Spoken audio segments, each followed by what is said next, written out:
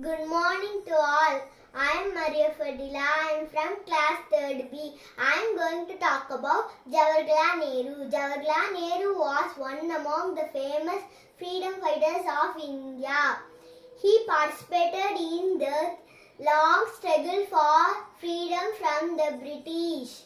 He was a leading figure next to Gandhiji. He was the first Prime Minister of India. He was born on 14th November 1889 at Allahabad. He was the son of Motilal Nehru, a lawyer and leader of freedom movement. Until the age of 16, Nehru was educated at home. Then he went to English school at London. He studied natural science degree at Cambridge. On his return to India, he tried to settle down as a lawyer. Later, he was attracted by Gandhiji and became a national leader. He was selected as the president of Congress Party by Gandhiji.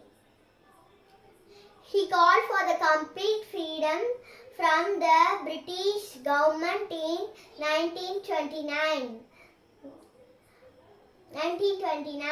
He was imprisoned many times for leading the freedom movement. In all, Nehru spent more than 9 years in jail.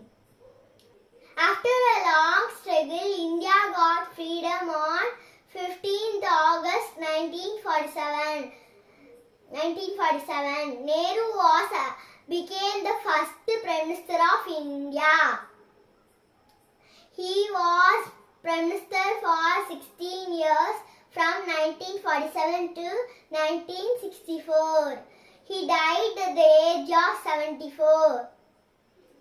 He liked children very much and children called him Chacha Nehru with love. So his birthday is celebrated as Children's Day.